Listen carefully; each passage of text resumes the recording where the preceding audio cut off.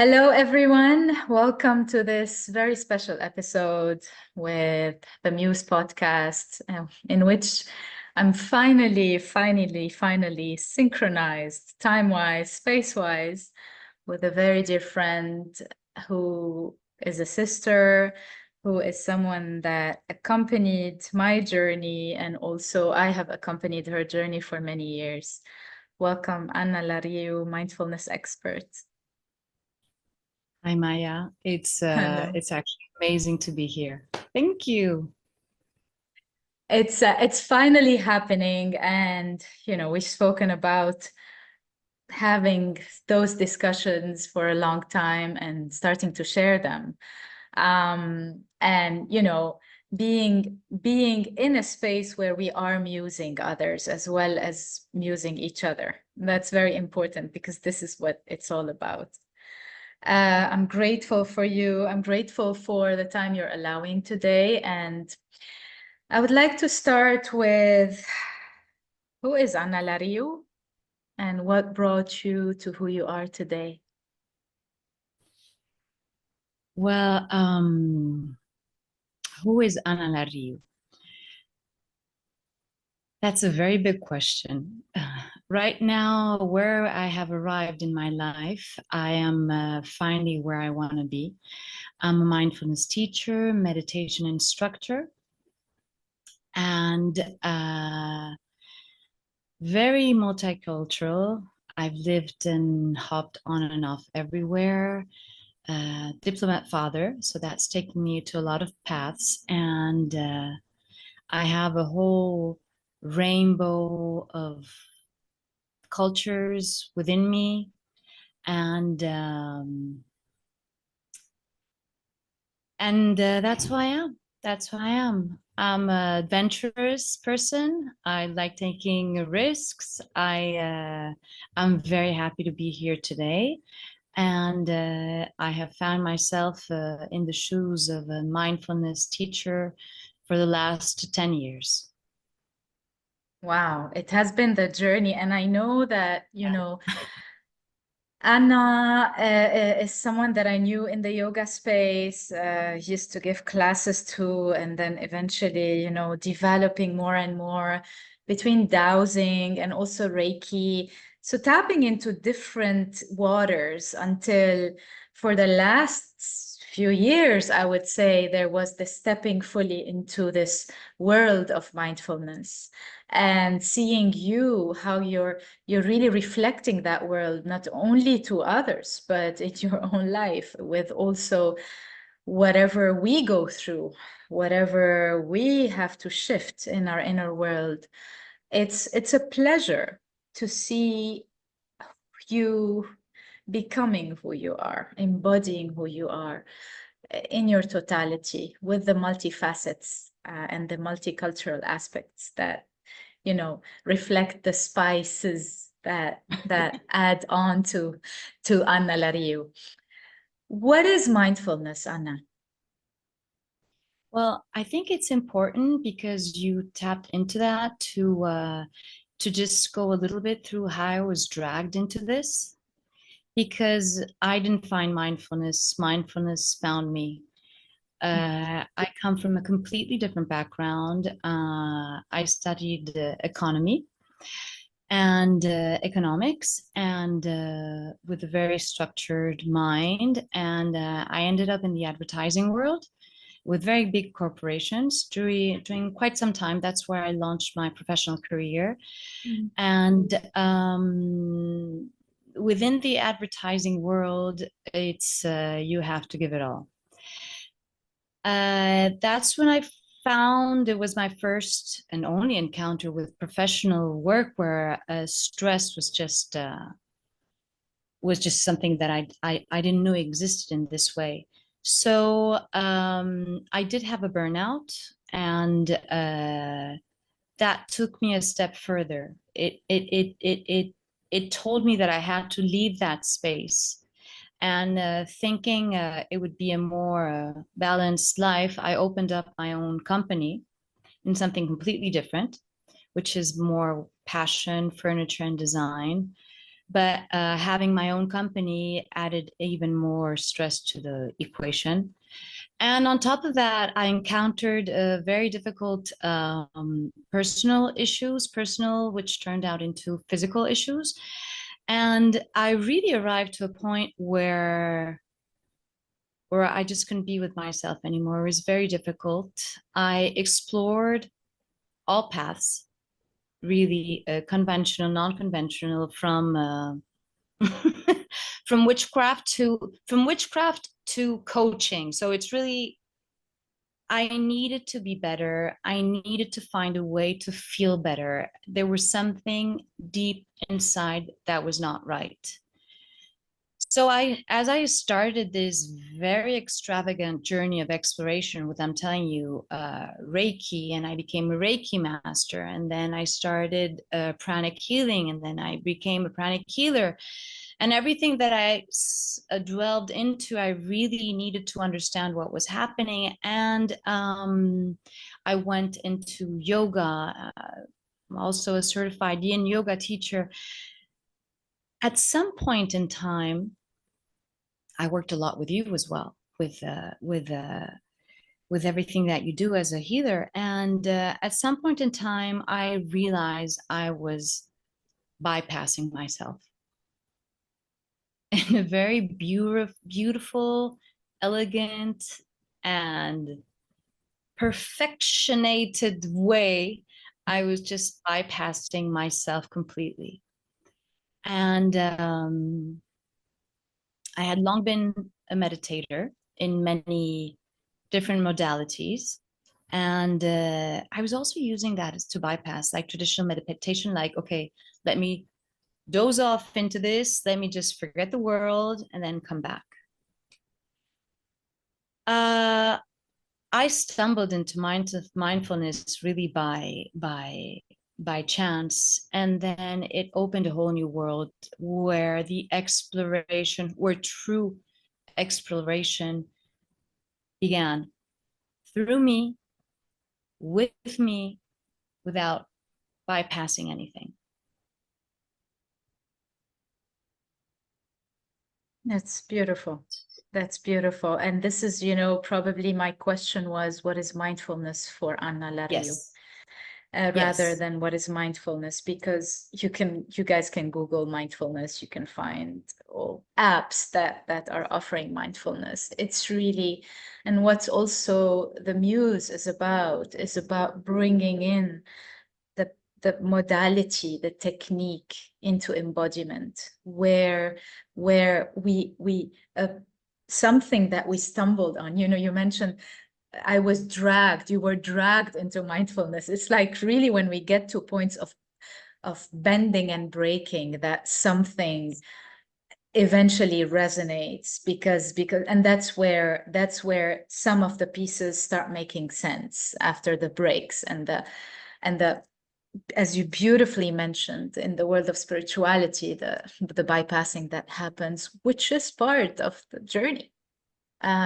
We think that this is something that, you know, the modality itself is going to make me feel better, but it's actually the modality that brings us more into different depths. And then when we get to points of tapping into deeper states of honesty and authenticity, the modality goes and we find ourselves naked, and then we're like, what am I doing? You know, how can I face this? Because the modality is not working anymore. And so thank you for sharing the plethora, because it's really, we look for things. We are seekers in this life, and everybody is looking for something. Yes. Yeah. And you know, as you know, a very well known saying is, you know, when we stop seeking is where we find ourselves. And that's where there's the standing in where you are and who you are now. And it's beautiful to, and inspiring to see and hear your voice different than how it was before, because it becomes deeper. It comes from the guts, and that's where it touches others. How do you see mindfulness belonging to our world? Like, from a traditional perspective, mindfulness comes from the Buddhist tradition. Exactly. Mindfulness was distilled out of the Buddhist tradition, mainly by John Kabat-Zinn, which was a science guy. And there's a thing with meditation, and I always tell people, and me as a meditator, this is what happened to me. Meditation is very hard for Westerns. We're not, in all sense, in all colors, it is not within our culture, and it is not embedded. So the way how mindfulness came into the Western world was, of course, from the origin of a mix of Zen and Buddhist meditation, but it really came through from a man in the 1970s, late 70s, early 80s, that wanted to, he was a scientist, he is a scientist, wanted to democratize this and said, okay, how can I bring in a meditation into the modern world? So he took the road of science, of neuroscience, and this was the beginning of mindfulness. So what mindfulness is the contrary of escapism. It's what you said before, it's honesty. Mindfulness is, first of all, honesty. It has two wings: awareness and loving kindness. That honesty, that awareness of learning to be with all my states. And prior to that, I have to learn which are my states. I have to take out all the veils out and one by one sit with the states that will go through me physically, mentally, emotionally. Once I recognize those, it allows me just to create some space in between me and that state. And then I learned to be with it. I was always very tormented by this let go expression. First of all, I didn't understand what I had to let go of. Second of all, in the letting go, which is such misleading, there's a force. There's a force. It's let go. I realized with mindfulness that it's a state of learning to be and accepting what is. Now, the paradox here is that when I start accepting who I am, what I'm going through, and the difficult or challenging things that are flowing through me, they dissipate. It's something very extraordinary. And I think that we have to start, first of all, acknowledging, stepping out of this zombie mode in which we're in, automatic pilot. We're on automatic pilot. And there are many factors in today's society, in the world we're living in, the technology that deliberately will put us in that zombie mode. The first step is stepping out of it. It's waking up to our lives, which is very difficult, which took me 10 very long and painful years. Stepping out. First of all, learning to step out because I cannot fix what I cannot see. And once I'm able to step out, see, and cradle, and carry, and embrace who I am. Now, mindfulness is much easier, in my opinion, than traditional meditation because the door to doing all of this is just inhabiting fully the present moment. So the practices of mindfulness will go in that sense. Doesn't have to be still. We don't know how to be still and it's okay. In our culture, we don't cultivate the same kind of stillness that you cultivate in other cultures. We have other habits. It's okay. Mm. So with mindfulness and the soft skills of mindfulness allow us to live not in meditation, but in full presence of what I am doing. And every time I am in full body presence of what I'm doing, I can allow everything to surface. Because the problem is that when we're stuck in this numbing mode, which we've gotten so good at, you can't choose what you leave out and what you keep. I can't choose to keep those wonderful, pleasurable moments of coffee with my friends and embracing my kids, and then choose to keep the challenging moments out. We block ourselves to everything when we decide to numb ourselves. So it's about learning very kindly, and this is where the other wing comes in, of with loving kindness to embrace what comes up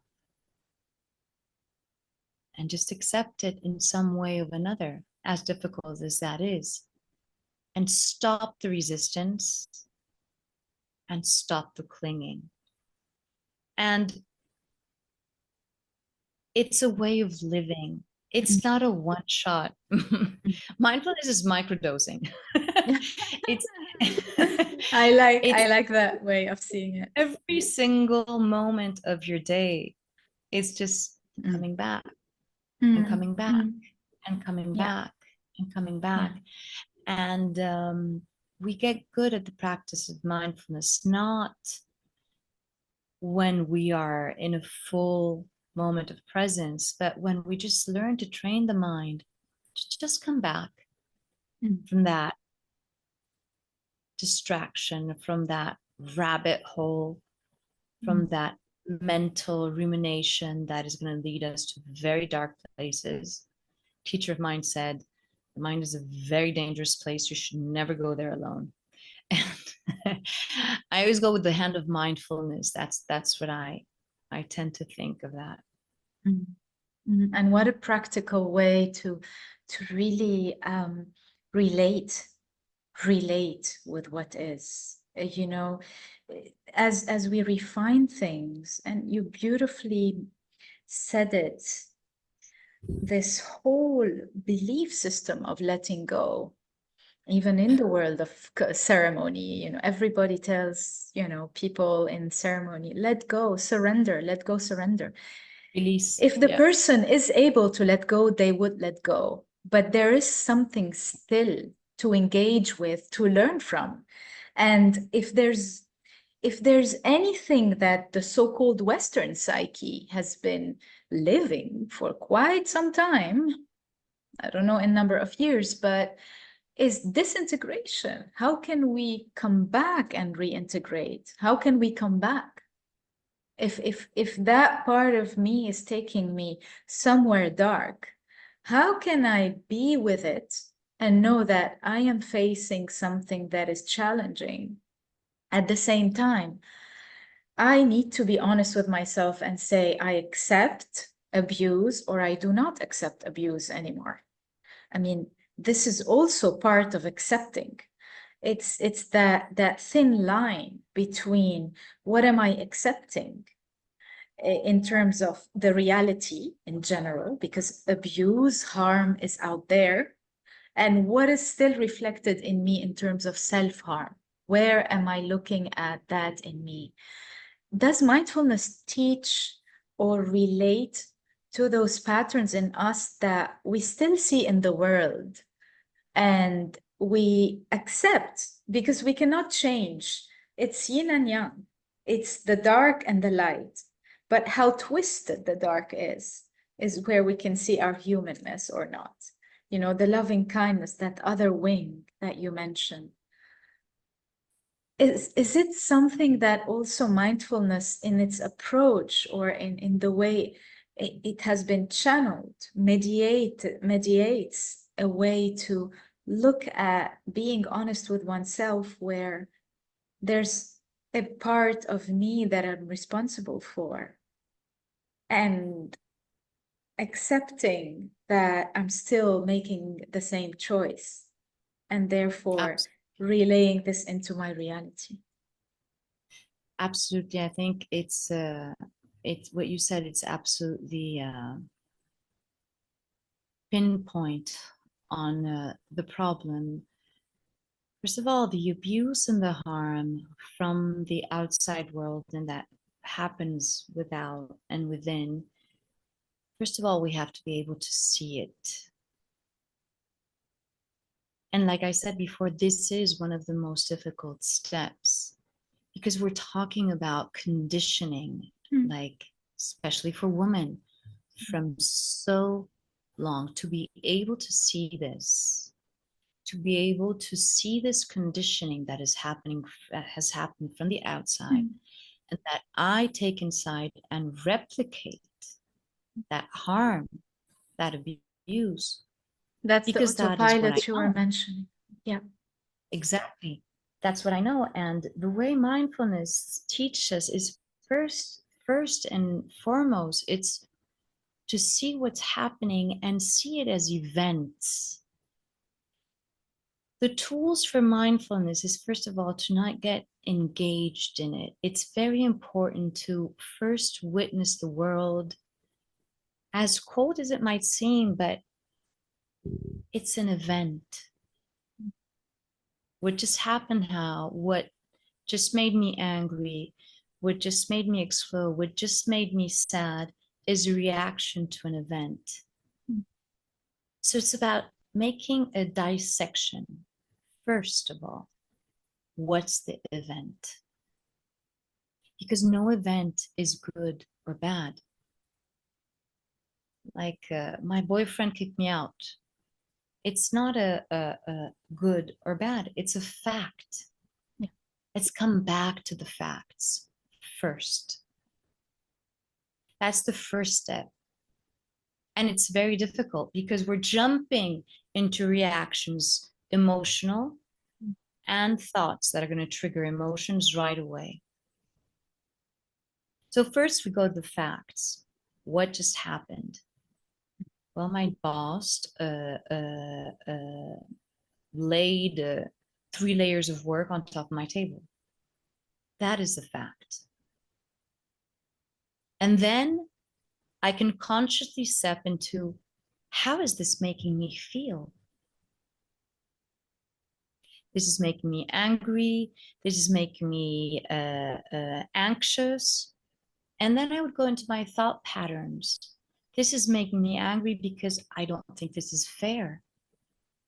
Because I think my colleague has doing less work than me. The tools of mindfulness allows us that perspective. It's a gift. Indeed. The event, my reaction, my thoughts. And then my reaction, my thoughts, we're going to go into this negative loop where my emotions are going to provoke a thought. The thought is going to provoke an emotion. And I can stay there for 5 years. All of us can literally stay in a mental anchor for years and years and years. And when we're stuck in that, we're part of the problem. It's very difficult to extract yourself and to say, you know what? Let's do this and this and this and this about it. So mindfulness also gives us the tools of emotional intelligence. And that's the basis. Know thyself, like we said, first step, manage thyself. And then we go into the second level, which is the most beautiful level, which is the interaction with others. When I learn to manage myself, when I learn to know myself, I develop empathy. when I know my states, when I know how to see when that stomach burn is going to come because I see that person coming, maybe I think, okay, well, maybe this person is having the same reaction on my friend, you know, and maybe I can talk to my friend beforehand before that person gets here and said, chill or whatever. Mm. So the second layer of mindfulness, which is empathy and helping others and leading others, and just by example. Just by example. When I'm going to take a breath before a big conversation in front of my mother, just typical.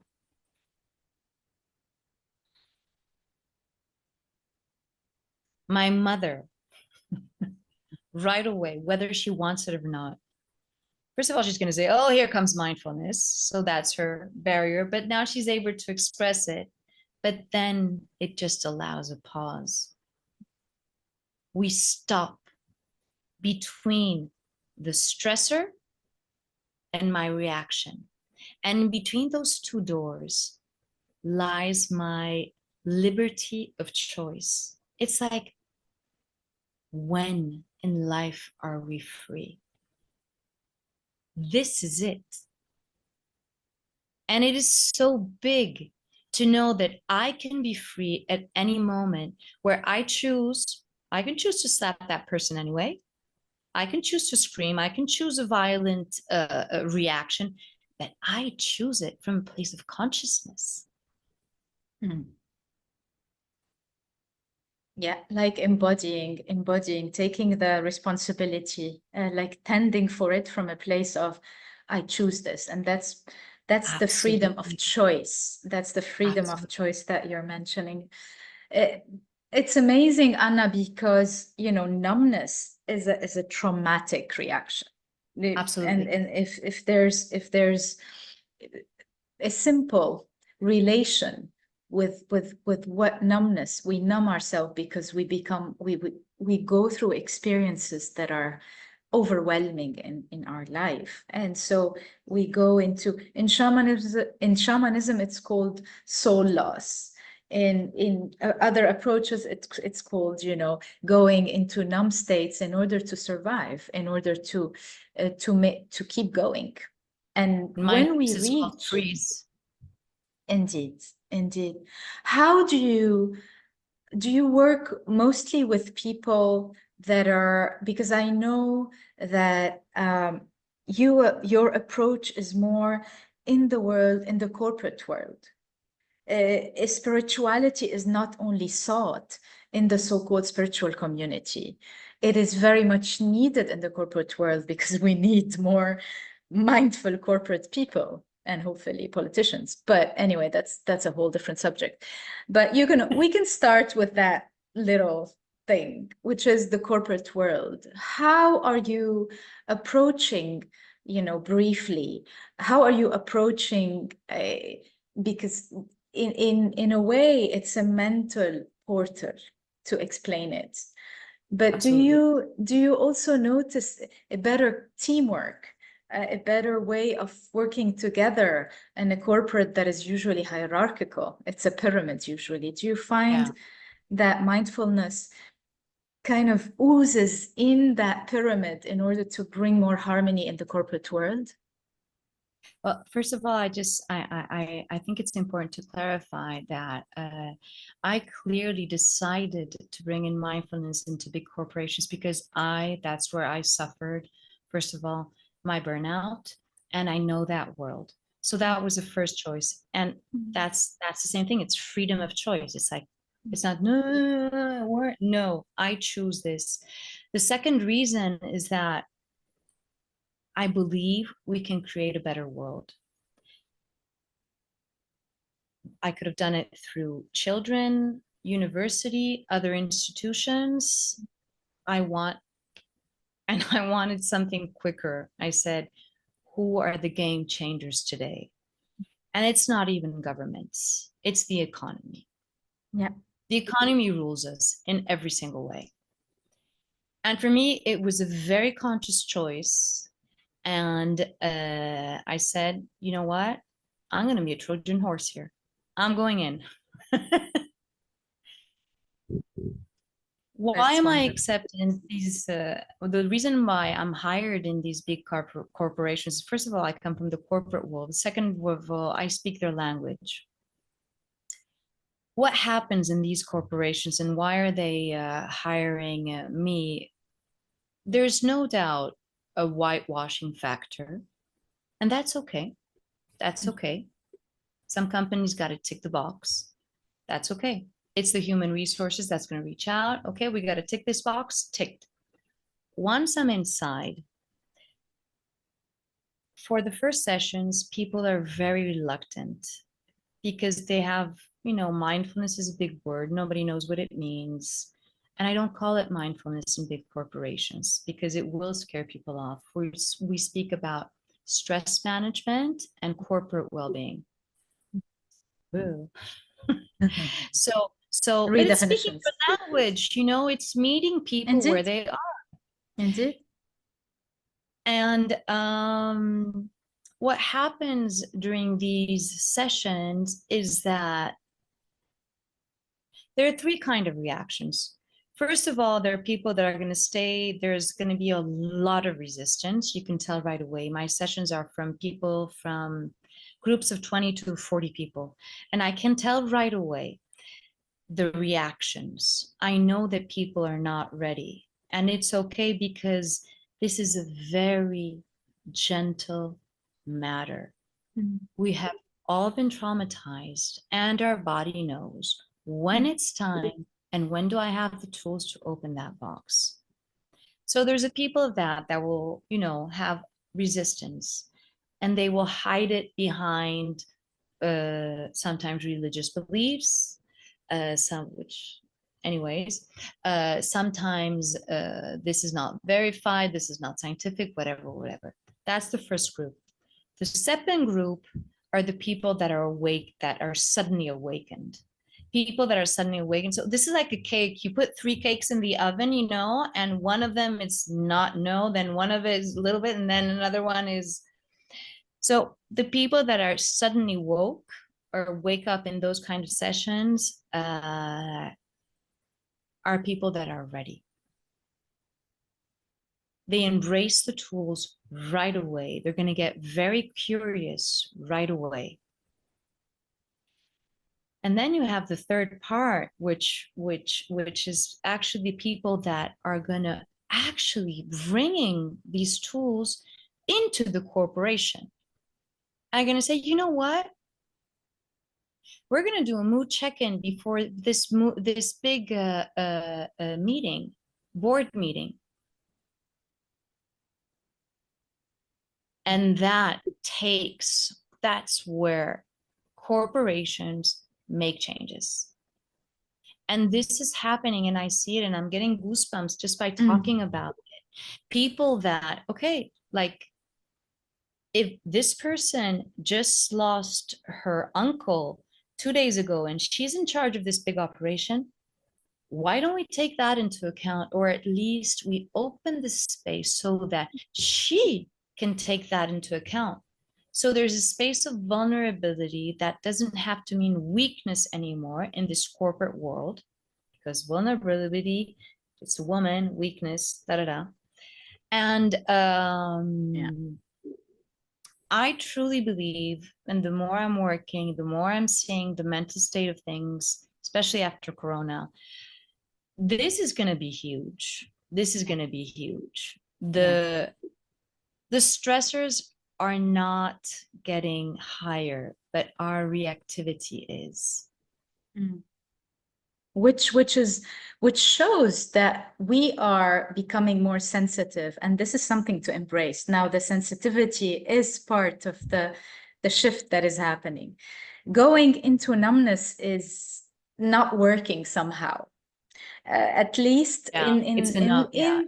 At least in the world of people, some humans, a good chunk of humans, hopefully, fingers crossed, that are asking questions, something, that are asking questions, that are not going with I have no, that my presence doesn't make any difference in this world. And that's where it's the people who are raising the questions, be it from the, you know, our generation and also younger generation, that is bringing the higher intelligence. And we're witnessing that. And you know, I look at your daughters and they're, I mean, they definitely look at us and they're like, those guys, you know, just, you know, they did it, they did the suffering in a kind of a extreme way, and we can do it better. And that's the beauty, that's the beauty in you being a mother and you working on whatever was happening in your world to reflect this in your family and in the generation of girls and women that is coming. And it's beautiful to watch. And I really, I mean, we can talk a lot about this, but hopefully we'll have like maybe regular episodes together. Would you like to add anything, Anna? I know that you launched your website lately. I will add your website in the description also. Would you like to add anything before we end this episode? I just want to highlight what you just said, and I see that from my three daughters, that this generation, thank God, is more aware than us. Maybe thanks to us, you know, who knows, you know, who cares? The result is that there's much more awareness. There is much more awareness. There is much more self-care. From my 16-year-old, she knows where the limits are. She knows where abuse is. Like I'm like, they're my teachers every single day. And I really believe that we have to give this generation that's coming a better world. Indeed, indeed. Wise words from a wise woman. Thank you so much, Anna. And your coordinates will be added in the description below. Thank you for this episode. Please like, share, comment, and, you know, sending love of your way and many blessings. Bye for Blessed now. to have you, Maya. So blessed, so blessed. Thank you.